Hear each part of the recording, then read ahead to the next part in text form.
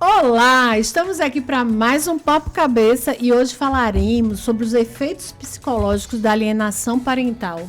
Você já ouviu falar em alienação parental? Talvez você não saiba ou não conheça a expressão, mas provavelmente você conhece um monte de gente que pratica. Gente, quando a gente casa, normalmente a gente casa para durar a vida inteira, né? Só que, felizmente, alguns casamentos não dão certo. E aí, os casais se separam. Só que quando esses casais têm filhos, infelizmente ou felizmente, os pais nunca vão se separar. E, para falarmos sobre isso hoje, trouxemos aqui a doutora Fernanda. Fernanda, muito obrigada por ter aceito o nosso convite, né? Fernanda é advogada, especialista em direito de família também, tá, gente? Dentre outras especialidades. E vai explicar para a gente. E estamos aqui também com a Mel Naves, né? Que acabei não falando seu sobrenome, né, Fê? Minha colega psicóloga. Mel, gratidão por ter vindo, gente. Prazer super gracinha. Estou conhecendo a Mel hoje e super fofa, viu? Já gostei. Porque ela é que nem a gente, ó. Mel, vamos ali, ela embora. E é assim que a gente gosta de gente, né? Senta na cauda do cometa e vai embora. Meninas, eu vou começar com Fernanda, tá? Doutora Fernanda, explica pra gente o que é alienação parental. Porque muita gente já ouviu falar ou pratica e não sabe que é um crime, né? Núbia, eu não vou usar termos jurídicos aqui para todo mundo entender o que eu vou falar. Perfeito. Seguinte, o casal separa, o filho fica na guarda da mãe. A mãe tem a guarda. E geralmente essa mãe, ou não, faz o quê? Filho, hoje, esse final de semana, não vai para o seu pai é isso, seu pai não paga pensão, o problema maior é o dinheiro ou outra mulher que a pessoa arrumou. Então, ela detona a cabeça do filho contra o pai, é isso. E para a criança, isso para o adolescente, é super prejudicial. Legalmente falando, Núbia, isso não existia no direito. Isso é novo, é uma lei nova de 2010. Não sabia que era tão nova assim. É nova, é de 2010. Por quê? Porque o Estatuto da Criança e do Adolescente e a Constituição Federal, eles já cercam o menor e o adolescente de cuidados jurídicos, para que a criança e o adolescente não seja perturbado. Só que há muito disso. E o que aconteceu? Os juízes, a legislação, vendo que acontece, é corriqueiro acontecer isso, o que aconteceu? Não, vamos provar. Você quer provar que seu marido faz isso, que a mãe faz isso? Entra com uma ação. Um incidente dentro de uma ação principal ou uma ação normal. Uma ação nova, né? É uma nova ação, uma ordinária. Uma ação ordinária. Ponto. E aí, o que vai acontecer? O juiz vai examinar vai examinar através de laudos psicossociais, cujo perito nomeado por ele irá fazer um laudo dessa criança ou adolescente. Porque falar é fácil, né? Mas vamos provar. Isso. Né? Vamos provar que a mãe está fazendo, que o pai está fazendo. Geralmente, a culpa é da mãe, não. O pai também faz. Gente, o mundo... Os casais fazem, sim. Fazem. E o filho reclama, o filho não quer ir com o pai, o filho fica triste. Você vê a criança triste, emburrada, ansiosa, não vai bem na escola. É questão de socializar. Se torna violenta, né? Ela não socializa, ela fica reclusa. Então, tem um pouco disso, sim. Que pena, né? Mel, ela já introduziu a nossa parte aí, né? Olha a importância do psicólogo, porque esse perito, com certeza, é um psicólogo e um assistente social, isso, né? Exatamente. Isso, são os dois, tá? Exatamente. A visita é dos dois. E aí, como é que a gente entra na história da alienação parental? Claro, sempre para colaborar, né? O papel do advogado e do psicólogo, tá? É justamente esse, é colaborar para que isso não aconteça na vida da criança e do adolescente. A alienação parental foi utilizada pela primeira vez na década de 80 por um psiquiatra norte-americano que chama Richard Gardner. Então, apesar de ser instituído no Brasil desde 2010, já era um termo já comentado, né? Apesar de existir muitas polêmicas referente ao termo dentro do Conselho Federal de Psicologia. Então, hoje eu preciso ressaltar que não os índices como o DSM, como o CID, e nem o Conselho Federal de Psicologia utiliza a terminologia de síndrome da alienação parental. São institutos diferentes. Isso é importante a gente ressaltar. Mas o que se refere quando a gente usa essa terminologia para a psicologia? É quando um dos genitores, ou avós também, que não necessariamente alguém que detém a guarda da criança, né, usa e deteriora a imagem que esse outro genitor tem dessa criança, tem desse genitor. Por que isso é muito prejudicial? Porque essas duas pessoas, o pai e a mãe, são as pessoas mais importantes para essa criança. Então, é a constituição básica dela. Quando um pai, quando uma mãe fala mal um do outro para essa criança, ele também está falando mal dessa criança, já que essa criança é constituída por ambos. Então, quando ele é colocado nessa função de que ela precisa ser o herói, porque se eu estou colocando um dos dois como vilão, um dos dois como vítima, como que a criança vai surgir nesse contexto? Eu sou o herói para poder salvar essa situação. Então, isso sobrecarrega muito a criança.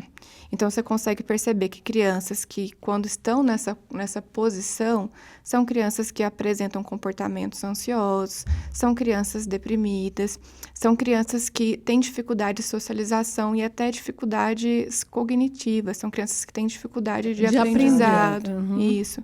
Né? Então, independente da terminologia que nós estamos usando aqui, né, é sempre prejudicial para uma criança ouvir falar mal de uma das pessoas mais importantes da vida dela, inclusive dentro do casamento.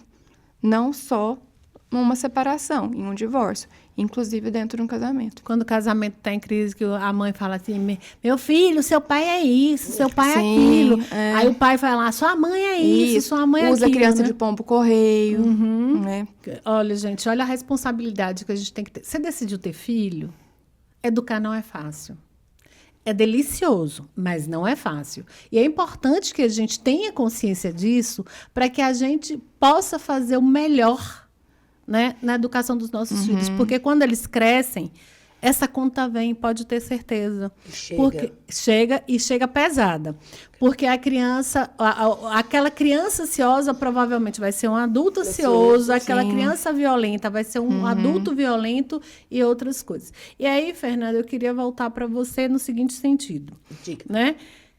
Você tem a questão legal nesse caso, né? A gente falou da não separação, mas eu vejo isso muito mais, não que não só tenha na separação, mas quando eu trabalho com pais separados, é a coisa que eu mais vejo, gente, é a tal da alienação parental. E o pior, o pai que quer a guarda e não quer que o filho vá para a mãe, e a mãe que quer a guarda e não quer que o filho vá para o pai. Eles podem fazer isso? Tem muita questão de pensão alimentícia. Eu vou pegar a guarda dele porque eu não tenho que pagar para a mãe. Não é amor não, né? É amor ao dinheiro, né? São casos. Não, claro, né? Tá, né? São eu estou falando desse caso especificamente. Vamos falar da punição agora. Vamos. Esse crime, né? Porque é um crime contra a criança. É punível? Não. Não é punição, é uma sanção. A lei ela é mais educativa, para repreender essa ação, para repreender o que os pais fazem.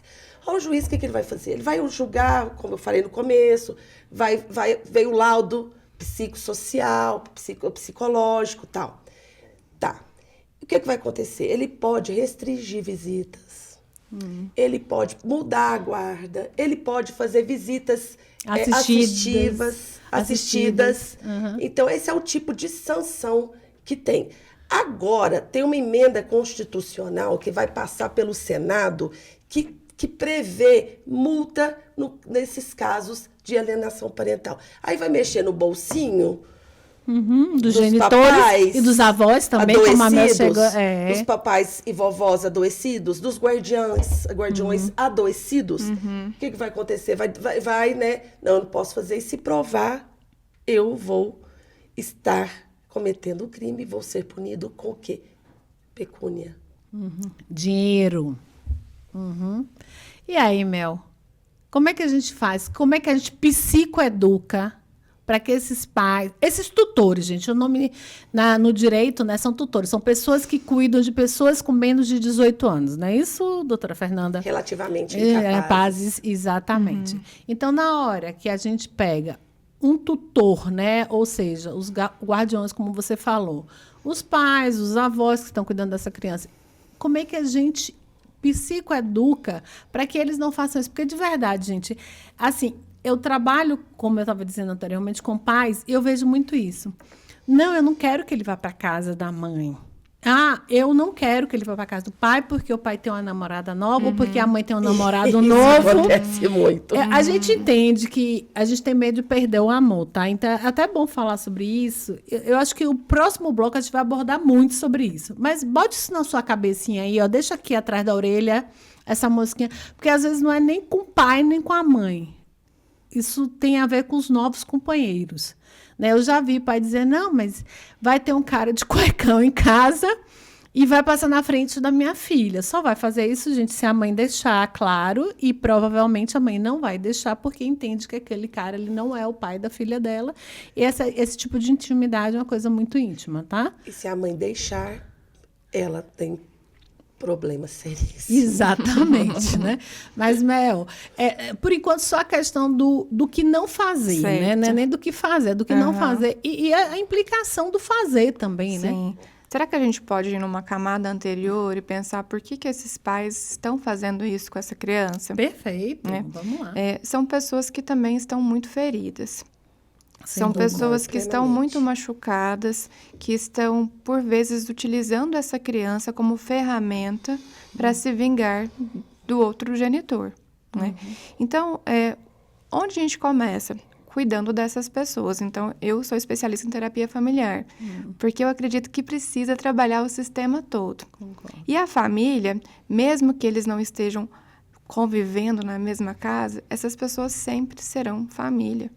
Porque esses pais, embora não estejam mais casados, eles sempre serão responsáveis por essa criança. Perfeito. Então, o primeiro ponto, eu acredito que é cuidar de si mesmo. Né?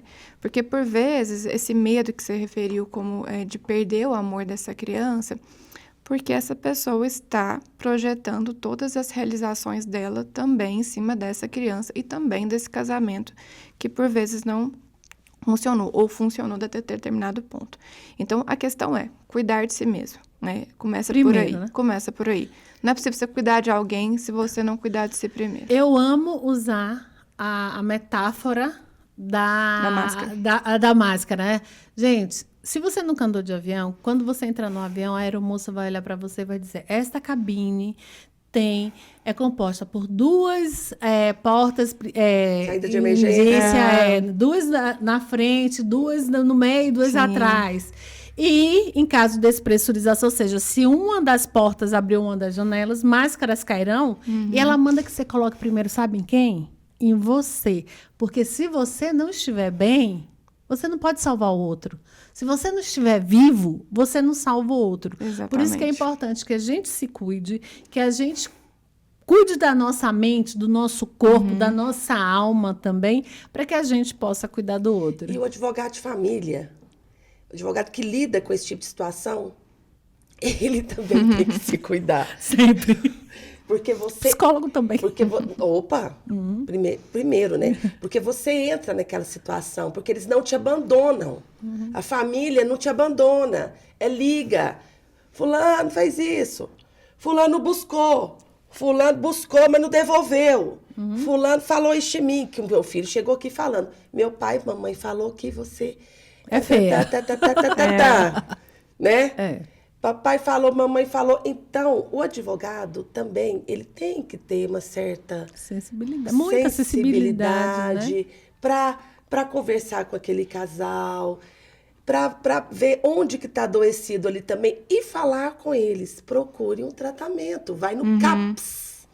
Vai no CAPS, não, vai nas psicólogas, por favor. Não, vamos colocar aqui, doutora, eu não tenho condição. Não, você tem condição, porque a própria prefeitura pode fazer isso por você. Pode, faz. Tá? Faz isso por você.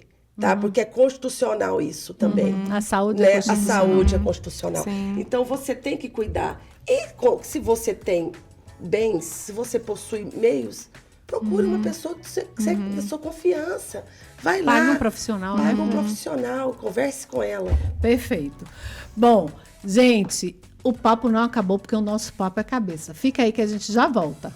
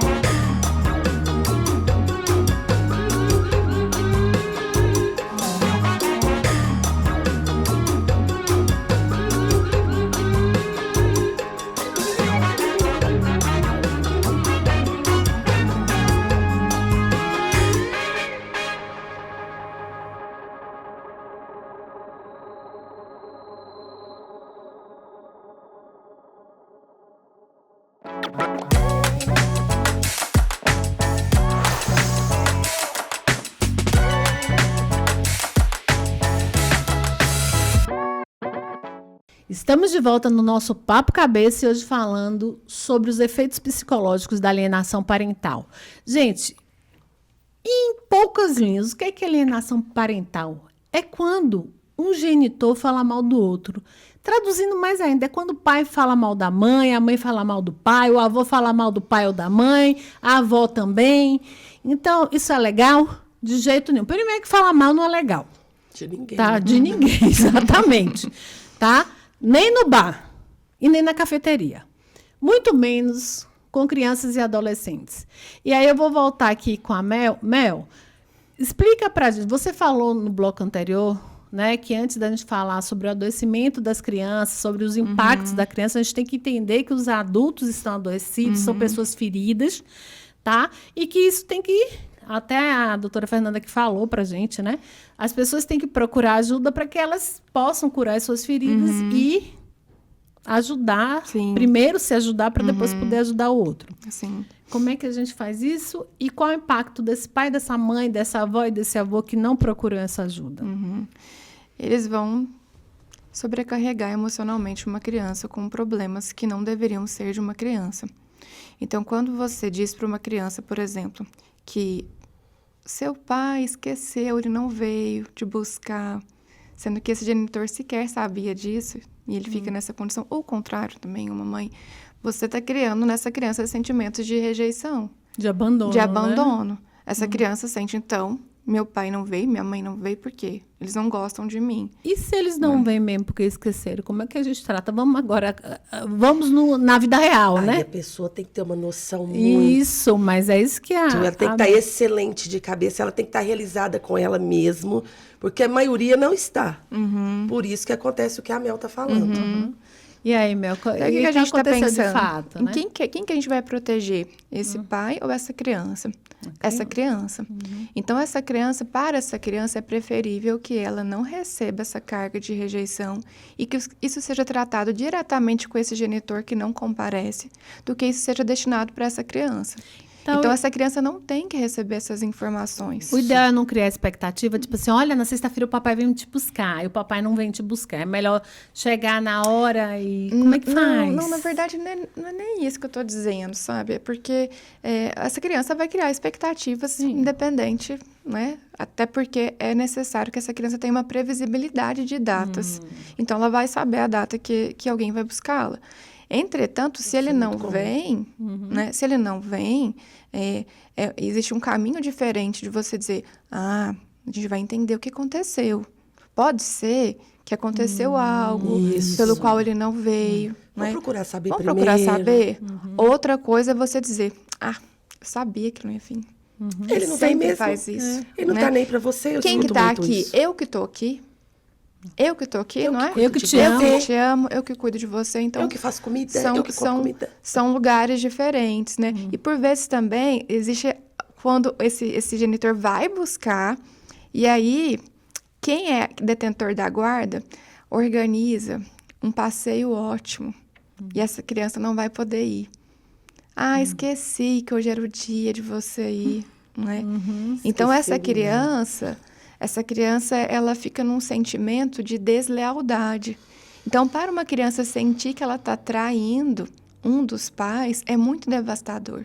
Então, é nesse lugar que eu estou dizendo. Né? É claro que essa pessoa que, por acaso, não compareceu, ela vai receber, né, a conversa de quem é direito. Mas não é a criança que tem que lidar com isso. No mesmo nível, Não né? é a criança que tem que tratar isso. Essa é a questão. E isso é tão interessante, sabe por quê? Porque outro dia eu vi uma mãe falando, seu pai não liga para você porque ele chega, mas só chega atrasado. Gente, todo mundo pode chegar atrasado, eu posso chegar atrasada, as meninas podem chegar atrasadas. Tudo tem justificativa. Exatamente. Não cria isso, porque quem está também gerindo esse tempo, né, Mel? Né, Fernanda? É justamente o genitor que está ali cuidando. Núbia, eu estava conversando com amigas e dessa amiga tem uma filha. Ela vira para a filha dela, eu dentro do carro. Seu pai te abandonou. Você não sabe que foi seu pai que te abandonou? Eu olhei aqui e falei, gente, eu como advogada aqui, escutando uma amiga falar isso. E ela é tão... Não sei como que vocês usam isso na psicologia. Ela é uma pessoa que, se eu for falar com ela, ela... Vai deixar de ser sua amiga. Vai deixar... Ou vai falar coisas para mim que eu não vou gostar. Ela é uma pessoa reativa. Reativa. Ela é muito reativa. Mas tem pessoas que são reativas e falam... fulana, é assim, eu não posso fazer isso. Você tem razão. Minha filha... Reflete, né?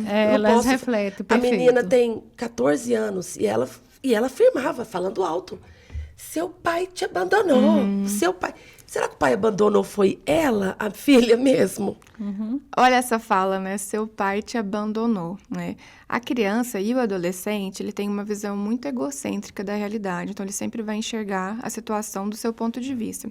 Então, por exemplo, se os pais, né, até num casamento, eles chegam chateados, o que a criança pensa? Eu fiz alguma coisa. Tem alguma coisa que eu fiz que eu provoquei isso. Então, se a criança ou o adolescente escuta, seu pai te abandonou, o que a criança entende? Eu fiz alguma coisa. Eu não mereço esse amor. Porque embora a gente perceba, né, e existam casos de pais que abandonam filhos, filho não abandona pai e mãe. Né? Biologicamente, uma criança ela é constituída de forma a se apegar a esses pais. Então, quando essa criança escuta essa frase, seu pai te abandonou, ou um adolescente, o que ele pensa? Eu não mereço amor. Né? Então, essa crença de não merecimento, ela vai ultrapassar, infelizmente, por toda a vida. Então, retomando, você tinha falado, o que esses pais podem fazer? É porque, por vezes, esses pais acreditam, eles não têm essa consciência do quanto isso é prejudicial. Então, você que está assistindo isso agora, né, que por acaso está fazendo isso, você sabe o quanto isso vai ser danoso para a vida toda dessa criança. E vocês, como psicólogas, essa questão reflete quanto tempo depois na vida? Adulta ou como que funciona? Para todos, sempre. Sempre Embora desde essas então, pessoas né? possam buscar, né? Eu atendo pessoas que lidam com isso. Então, Mas, Mel, na fase adulta, por exemplo, agora parece que a menina olhou, não tinha noção, ou não falou nada para a mãe. Eu vejo que as pessoas sofrem mais com essa questão do que foi falado depois que ela tem consciência da vida adulta, depois dos 30 anos. não Não, entendi essa pergunta, mas assim, atualmente, hoje, por exemplo, se nós adultos estivermos em uma posição em que a gente escuta, né, o pai falando da mãe, já é muito doloroso. Você, enquanto adulto, ficar nessa posição, né? Mas pelo que eu entendi da sua pergunta, assim, é claro que isso compromete muito mais essa criança que está em formação, porque nós, como adultos, podemos buscar outras referências do que é certo e do que é errado.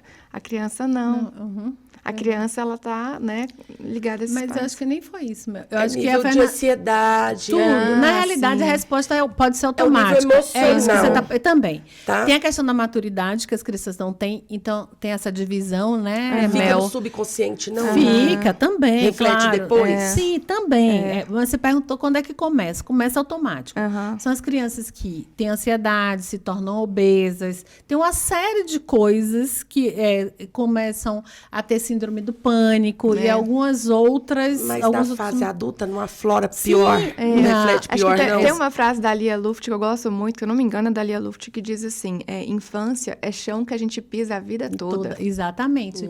Não, sempre. Massa. Porque o que você é hoje? O que nós somos hoje? Né? Nós somos o somatório de tudo que vivemos. Então, seus traumas de infância vão permear a sua vida toda. Por isso que a gente precisa Se tratar. resolver. Exatamente. A gente precisa tratar. Precisamos de vocês. Amém, amém. Não Estamos aqui precisa pra ser isso. determinista. Nós, psicólogos, estamos aqui para ajudar essas pessoas que lidam com Uma profissão traumas. linda, né? Eu amo, né? Eu gosto das duas. Mas Né? é Eu sou de- bacharel mas em então- Direito, sou psicóloga, então eu tô ótima. Hoje eu tô em Quase casa. fazendo psicologia. Fácil, eu acho que você devia. Vamos Todo juntas. mundo devia. Mas quem não for fazer psicologia, procura um psicólogo, porque de fato, Fê, tem coisas que você faz hoje que você faz assim, por que eu sou assim? Isso. Por que eu tenho esse trauma? Isso. Por que eu tenho essa dor? Por Porque que que eu você tenho essa escolheu reação? determinado parceiro Parceiro. para sua vida. E por que que eu tenho certa reação na minha vida? Exatamente. Por que que eu Seus fiz gatilhos. aquilo, os gatilhos? Por que que eu reagi assim? Exato. Tá no subconsciente, não tá? Total, Não, eu não tá. sou psicóloga, eu só quero que vocês explicam, porque eu acho que o pessoal que tá assistindo a gente tá fazendo a mesma pergunta. Sim. Mas com certeza. Até porque podemos ter aqui também, né, adultos que sofreram alienação parental na infância. Exatamente. Mas Não é? eu acho que naquela Certamente época temos, com certeza, né? É aquela coisa, seu pai é isso, seu pai é aquilo. E por quê? Porque a gente, primeiro que quando a gente nasce, esqueceram de dar um manual de instrução para os pais da gente, para dizer assim, ó, eu vou educar desse jeito, que essa é a melhor jeito, forma. ninguém Não quer tem. fazer errado. Até porque também É. os pais também estão perdidos. Ninguém quer fazer também, errado. né? E cada um dá o melhor que tem, né? Ó, você que está em casa, que tem pai e mãe, minha mãe é isso, meu pai é aquilo. eles dão o que eles têm. O melhor que eles têm, acredite nisso. É o vamos melhor para honrar você? eles, porque é o que eles têm, tá tudo certo. A Exato. gente que se trate. É que eu acho muito importante sempre ressaltar assim, que a gente, enquanto pai, né, a gente, enquanto filho, a gente não recebe aquilo que a gente merece. A gente recebe aquilo que a outra pessoa tem para dar. Isso. Então, a outra pessoa vai ter para dar o quê? A depender do que ela recebeu também lá atrás. E é super importante falar sobre isso, Mel, porque... Então, escolha quem vai casar, né? Também, mas assim, o ideal, gente, eu gosto... Quem foi que falou outro dia? Porque achava-se que você só aprendia até uma determinada fase da sua vida. E você pode aprender a vida... Daniel Goleman, ele traz isso pra gente. Daniel Goleman, gente, é um autor famosíssimo, que é o cara que estudou a importância da inteligência emocional. Tá? E ele fala que nós somos capazes... Eu assisti um podcast dele, ele fala justamente isso, que nós somos capazes de aprender a vida inteira. Então, não é porque você não estudou na sua infância, você não teve oportunidades, que você não pode ir a um psicólogo e ele dizer, olha, isso aqui, a gente vai por aqui, isso aqui foi isso, vamos aqui, né? Vamos orientar, psicoeducar, como eu sempre falei, te tratar, para que Muito você importante. tenha uma vida melhor. Porque o nosso papel é esse, né? Fazer com que a pessoa, primeiro, tenha autoconhecimento. E aí, com esse autoconhecimento, sabendo quem eu sou e por que eu sou assim também, né? Eu possa mudar, porque ninguém aqui é Gabriela. Eu adoro falar isso. Ninguém nasceu assim, ninguém cresceu assim, ninguém vai morrer Todo assim. psicólogo ama essa... Um baiano, né? Desculpa aí, puxando para minha sardinha. O grande Jorge Amado, no livro e na novela Gabriela, ele retrata muito isso. Mas aí que tá, Mel, quando a gente traz essa questão, né, da pessoa, né, que não sabe como tratar, que não sabe o que fazer, você tem que ter a seguinte consciência, tá? Se você falou do outro, seu filho vai ficar magoado. Porque é referência para ele, o pai, a mãe. Exatamente. Para ele, a mãe é uma rainha e o pai é um herói. Exatamente. Então, você vai destruir uma figura, porque ele colocou na cabeça que é o massa. Exato. Você está destruindo aquilo. Fere, é complicado, né? Muito. Mais do que magoa, adoece até. Exato. Isso. A dor é isso mesmo. Criança adoecida, adulto adoecido, né? Com certeza. E se você não cuidar, é isso mesmo. E é importante que os pais tenham esse olhar, né, Mel? É importantíssimo. Até porque, né, esses pais, como você bem disse, estão tentando fazer o melhor que podem. Né? Sem entender o quanto que isso é prejudicial para uma criança. E para adolescente também, né? Para Mel? adolescente também. É importante ressaltar para adolescente também. Não, eu Mesmo adolescente... que ele mesmo que essa pessoa, vamos voltar na minha coleguinha, ela conheceu o pai pouco tempo, até os 6 anos. Ela conviveu, na Ela realidade, conviveu, isso, conviveu. Essa figura dele, para ela é importante, mesmo não convivendo, não é, doutora? Ela ficou até os 6 anos? Até os 6 anos a gente tem a primeira infância, então a gente tem uma constituição básica muito importante de visão de mundo. Então, embora ela tenha ficado os primeiros 6 anos, é um período muito importante na vida. Então, é uma figura muito representativa. Até porque a formação de caráter se dá até os 7, 8, né? Isso Sim, Mel? tem muitas discussões sobre isso, né? Sim. E a gente já tem essa visão de que, embora você bem ressaltou que o cérebro é plástico, a gente pode adquirir novas informações, mas a nossa visão de mundo, as nossas crenças, elas são constituídas principalmente até essa idade. E se você for lá em William Reich, ele diz que o seu caráter é formado, né? Até os 7. Na realidade, nos 5 primeiros, mais fortemente, ele é lapidado até os 7, 8 anos. Porque não é um relógio tão perfeito assim, porque a maturidade chega para cada um na idade, o desenvolvimento é diferente, tanto que nós desenvolvemos de forma diferente, né? Tem gente que cresce muito com 13, 14 anos, tem gente que só vai crescer aos 18, por incrível que pareça, ganhar corpo. Mas, bom, tem muita conversa ainda. Gente, não sai daí não, que a gente já volta, porque o nosso papo é cabeça.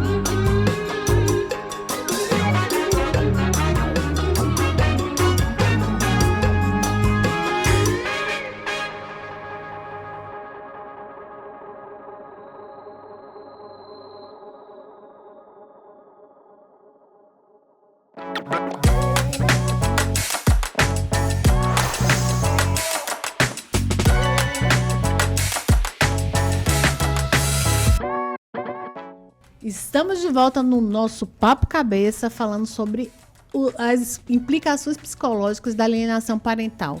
Gente, é tão complicado separar já, né? E separar ainda trazer um peso, rompimento. Qualquer rompimento, né? Separar do marido, separar da família, porque quando você viaja, vai embora, sai do emprego, todos são rompimentos, né? Exatamente, são os lutos.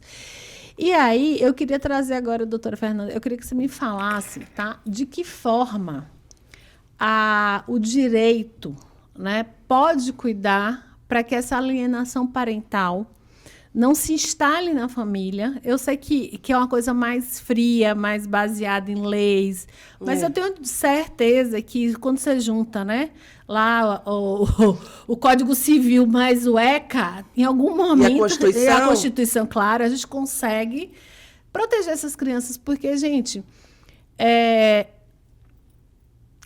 os adultos normalmente não estão preparados para perder, porque eu acho que a sensação, o luto vem da perda, né? Então, a gente faz assim, normalmente no casal, os dois não querem se separar. Normalmente, tem casais que entram num acordo. Núbia, então, essa lei, como eu falei no começo do programa, é uma lei recente, por ser lei 14 anos, é uma lei recente. Sim, o que o Poder Judiciário e o advogado pode fazer? Eu te falo como advogada de direito de família, no meu escritório, o que eu procuro fazer? Eu procuro entender a família e conversar. Ai, Fernanda, doutora, você perde o tempo. Não perco esse tempo. Eu ganho. Eu ganho porque eu estou analisando eles e eu estou analisando aquela família. Eu quero dar um rumo para elas também, tanto judicialmente falando, como pessoa. Suporte emocional, né? Um suporte como emocional. Pessoa. Porque a gente não está ali, a gente está lidando com vidas. Então, eu não posso olhar aquilo no aspecto legal. Eu não posso ser tão... O direito legalista, de família... Né? O direito de família, o advogado de família, ele não pode ser legalista. Ele tem que ter essa sensibilidade de analisar ali. Eu quero a guarda do fulano. Não. Você não quer a guarda do fulano, porque eu quero a guarda do fulano, porque eu quero pagar pensão... eu quero ficar com ele, porque... Não, vamos fazer o estudo disso aí. A guarda não é... Se o juiz não vai te dar guarda provisória, guarda definitiva, sem estudar o seu processo, porque os juízes, eles são bem antenados para isso, para essa questão. O Poder Judiciário está antenado e o advogado tem que ser antenado. Tem que cuidar. Né? Porque são pessoas, a gente está lidando com pessoas com vida, né, doutora? Sim, não dá para você contar com bom senso. E a psicologia, como é que a gente protege essas crianças no caso, né? Entendi que a gente começa da família, né, dos pais, mas dos aí como é que faz, avós, né? Mas como é que faz, né? Núbia, eu até queria indicar para o pessoal um livro que eu gosto muito, que é Inteligência Emocional e a Arte de Educar Nossos Filhos, que é do John Gottman. Tem um capítulo lá especificamente falando sobre o divórcio. E ele sugere algumas pautas para que você possa desenvolver com a criança. Como que protege as crianças do impacto negativo do divórcio, né? Primeiro ponto que o John Gottman coloca é: não use seus filhos como arma em conflitos conjugais. Interessante. Segundo ponto, que eu acho que é muito importante: não deixe seu filho se intrometer nos conflitos. Então, a criança não tem que sair em defesa de um dos pais. Quando isso acontece, né, os pais precisam recolocar essa criança no lugar dela. Onde é o lugar dessa criança? Vamos imaginar o seguinte: a gente tem um telhado, pai e mãe nesse telhado. Onde a criança está? A criança está debaixo. A criança não constitui telhado. A criança tem que ser protegida. Então, a gente retoma essa criança para o lugar dela. O que mais que a gente pode fazer? A gente precisa criar uma rede de apoio emocional para essas crianças. Então, se essa criança tem uma alteração após um divórcio, né? Essa criança mudou o sono, mudou a alimentação, criança que não brinca, criança tem que brincar. Mudou o humor, né? Muda o humor, né? Então, essa criança precisa ter um terceiro especialista para que ele possa conversar com essa criança. Então, por vezes, os pais vão achar que eles já estão competentes para lidar com isso, né? E requer, né, que um profissional faça esse acompanhamento. Mas eu vou gastar tempo, não vai gastar, né? Como a Vanessa falou, não gasta, a gente ganha, né?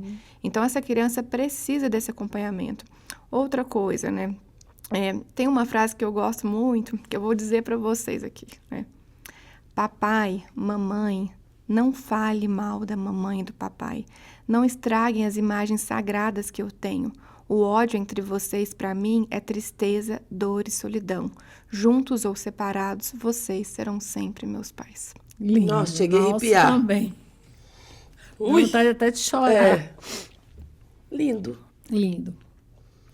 Lindo mesmo. Né? E a gente não tem noção do estrago, né? Os pais, todos nós, na realidade, né? Porque em algum momento você estressa, você fala umas besteiras lá na vida, e aí as pessoas não têm noção. Não têm noção de como é ruim botar os filhos nesse lugar. E tem um detalhe, né? Você obriga seu filho a ter que escolher um dos dois. Sim.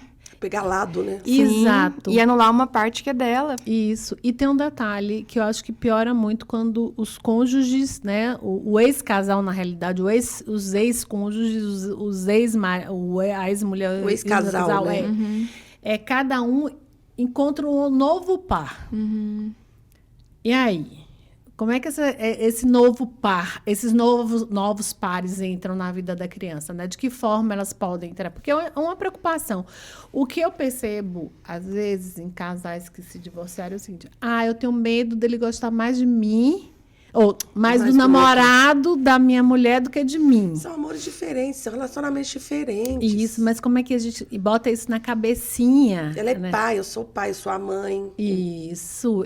É presença diferente da presença do outro, até porque né, se doutor? está ocupando esse lugar, significa que alguém está ausente. Exatamente, porque lacuna ocupada, ninguém... Ou seja, se o lugarzinho está cheio, gente, ninguém ocupa. Não existem dois corpos no mesmo espaço. Isso é importante. Física. Total. Você tirou da minha cabeça. Eu adoro física para explicar as coisas, né? Eu amo física, sempre amei. E eu falo muito, eu uso muito física quando eu estou trabalhando, porque tem coisas que, de fato, são lógicas, né? Dois corpos não ocupam o mesmo espaço no mesmo tempo. Né? Eu queria levantar uma questão aqui, né? E se essa criança, se um dos genitores percebem que está acontecendo, que alguém está falando mal da outra pessoa, como é que faz para lidar com isso, né? Leva essa criança para acompanhamento psicológico, porque essa criança vai ter uma pessoa de fora que não está na relação, para que ela possa também se orientar. Porque fica não disse, não disse, né? É preferível que você leve essa criança para outra pessoa poder ajudá-la a organizar. Para não ter que escolher quem está certo e quem está errado, né, Mel? Exatamente. No caso desse pedido de guarda compartilhada, no pedido de guarda provisória ou de guarda definitiva, um pedido que envolve a criança e o Ministério Público intervém, geralmente o MP pede... Ministério Público MP? O Ministério Público, Ministério, eu falando igual no Ministério. Ministério. Baiana. Ele vê, né, a promotora, pelo laudo psicossocial, se essa criança precisa de um acompanhamento e é indicado para os pais. O próprio judiciário leva essa questão e leva essa criança para o tratamento. Agora, eu tenho uma questão, Fê. Vamos lá. A justiça não demora muito nesses casos, não? Porque eu já vi divórcio demorar 2 anos, aí o pai e a mãe ficam com aquela confusão. Não, mas e aí quando vai é guarda, guarda, é tutela. É tutela de urgência, tutela de emergência. É um pedido que a gente faz dentro do processo preliminar. Não é preliminar, eu peço, eu entro com uma ação de divórcio com pedido de tutela. Por quê? Porque a criança precisa definir com quem que ela vai ficar enquanto o processo corre. Entendi. Então, isso é mais rápido, né? Sim, o judiciário tem essa acessibilidade. Sim. Tá vendo? Para você que está em dúvida. E se você não tem grana, gente, tem tem um órgão lindo, fofo, com um monte de gente que eu admiro demais, que é a Defensoria Pública, que fica ali no Martins, pra gente aqui de Uberlândia, tá? Para você na sua cidade, entra lá no tio Google, ele vai lhe dizer onde é que é a sua Defensoria Pública. Porém, são pessoas que não podem pagar mesmo, porque tem toda uma pesquisa, socioeconômica. Passa numa peneira, tá? Então, você for procurar a defensoria, vá sabendo que vai verificar a sua vida, ver se você tem estado de miserabilidade. Isso, ou seja, você ganha menos de 2 salários mínimos, não é Isso. isso? Tá? Então, se você não tem condições, procure e resolve isso. E não deixa seu ex-marido ou sua ex-mulher não ver os filhos, porque o prejuízo disso, Mel, fala aí, pai abandona, mãe abandona. Os pais se separaram, aí o pai... tá na mão da mãe, eu nunca mais quero ver essa mãe. Aí, junto com a mãe, nunca mais vê o filho também, né? É porque é importante ressaltar que a separação se deve ao cônjuge, não à criança. Então, pai e mãe não separa de criança. Então, o que acontece com essa criança? Ela se sentir rejeitada, prejudicada emocionalmente. Então, você nunca vai conseguir realmente atingir esse cônjuge. Vai atingir quem? A criança. E vem cá uma coisa, quando o pai faz assim, eu não quero que meu filho veja a mãe, ele segura até que essa guarda provisória ou total venha. Isso é o fim do mundo, né? Eu não quero, né? É que não tem que ter querência disso, Não, né? não existe tem, querência. A criança isso. tem necessidades. Então, isso realmente vai revelar um comprometimento, um adoecimento muito grande de quem está dizendo. E aí a gente tem nosso auxílio psicológico, mas felizmente também temos nosso auxílio também, né, jurídico, né? referente a isso, né, do que está acontecendo. Não, gente, é porque eu vejo umas coisas assim, não, eu não quero que ele veja o pai, eu não quero que ele veja a mãe. A não ser que tenha o A pai, não ser que seja um seja algo, sujeito isso. Violento, outras coisas abusivas, né? Importantíssimo Exatamente. ter falado disso. Nós estamos falando uma configuração, né, de pais emocionalmente saudáveis, que estão sendo Saudáveis. privados da convivência. Pelo né? menos aparentemente saudável. Mesmo né? porque se a mãe perceber, o pai perceber algo, ele vai entrar com uma ação, com um incidente ou uma ação própria para poder ver isso, né? Ou procurar Hã? a delegacia. Isso. E, gente, eu preciso ressaltar aqui, abrir um grande parêntese que a gente falou, Fernanda muito bem trouxe aqui para a gente a questão do pai fazer alguma coisa abusiva. Infelizmente, 68% dos casos de abuso infantil acontecem dentro de casa. Senhor. Dentro de casa. E o pior é que não só são os pais, tem muita mãe violentando o filho, tá? E assim, gente, de verdade, mãe. Mas isso é um outro programa. É outro programa. Infelizmente, chega a me arrepio e assim, fico muito triste de ter que falar isso. Então, se você percebe que o seu ex-cônjuge é uma ameaça, procure a delegacia, tá? Da criança e do adolescente. Existe uma delegacia especializada, que é a mesma delegacia da mulher, tá? Bom, gente, se você sabe que o seu cônjuge, tá, é uma pessoa violenta, uma pessoa que faz mal para o seu filho, que praticou algum ato horroroso, procure uma delegacia. Existe uma delegacia especializada da criança e do adolescente, que é a DEAN, tá? É a delegacia da mulher, a mesma. Então, vai lá e dá queixa. Denuncia, exatamente. Meninas, muito obrigada. Nossa, Chegamos ao Eu que te agradeço. Tava tão bom o papo. É ótimo. Papo cabeça mesmo. Tá vendo? Vê, por favor, aquela câmera ali é sua. Se despeça. Se quiser deixar suas redes sociais, endereço do escritório, é todo Quem seu. quiser me seguir no Instagram, doutora Fernanda Brito _.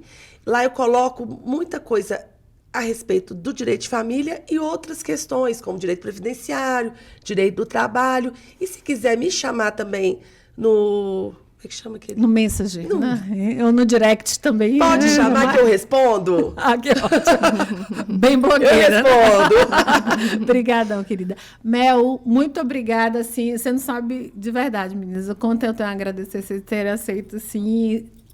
sentar na cauda do cometa e vir comigo, né? Isso foi maravilhoso. Eu que Prazer enorme agradeço, te foi um conhecer. privilégio estar com vocês aqui. Quem quiser me encontrar no Instagram, @mel.naves. Lá eu falo sobre família, sobre educação parental com afeto, sobre vida familiar, sobre terapia de casal. Então, muita informação. Muita coisa para ajudar, né? Tem os alguns casais a se links encontrarem. também para acessar também, né? Atualmente a demanda está bem alta, então pode ser que eu não tenha essa rapidez para responder, mas eu vou tentar, né? Que coisa boa, que coisa maravilhosa. Bom, e para você que ficou com a gente até agora, se não assistiu o programa inteiro, procura a gente lá no link, no YouTube da TV Universitária, TVU Uberlândia, né? Papo Cabeça com Núbia Carvalho. Se quiser me seguir, PC underline Núbia Carvalho e no papocabeca.tv1. Um beijo no seu coração e até o próximo. Até.